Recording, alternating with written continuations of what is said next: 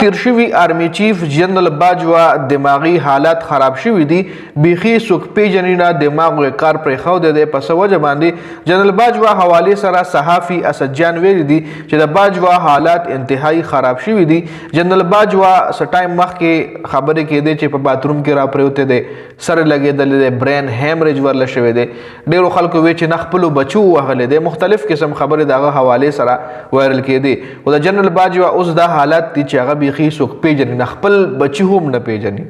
لکه بچو دپاره به د څومره منډې تړې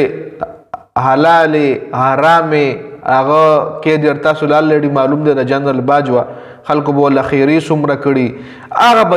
هغه بچي اوس هغه نه پیژني چونکې دا څه ټایم داسې پاورفل انسان و چې د په اشاره باندې به داسې کارونه کېدل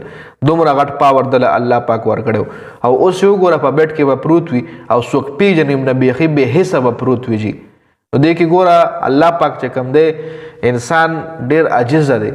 الله پاک انسان کو ګوري نو ډېر کمزور هم دی او چې وګوري ډېر مضبوط هم دی چې ویې ګوري نو دا چې کله کټ له ورپرېوځي نو وګوره څومره کمزور دی او چې کله دی ټیک وي نو بیا ځان له مضبوط ترین انسان وایي. خیر دا د جنرال باجوا حوالې سره چې کم خبرونه هم یې در سره شریکول د ویډیو کتلو زیاته مننه. والسلام.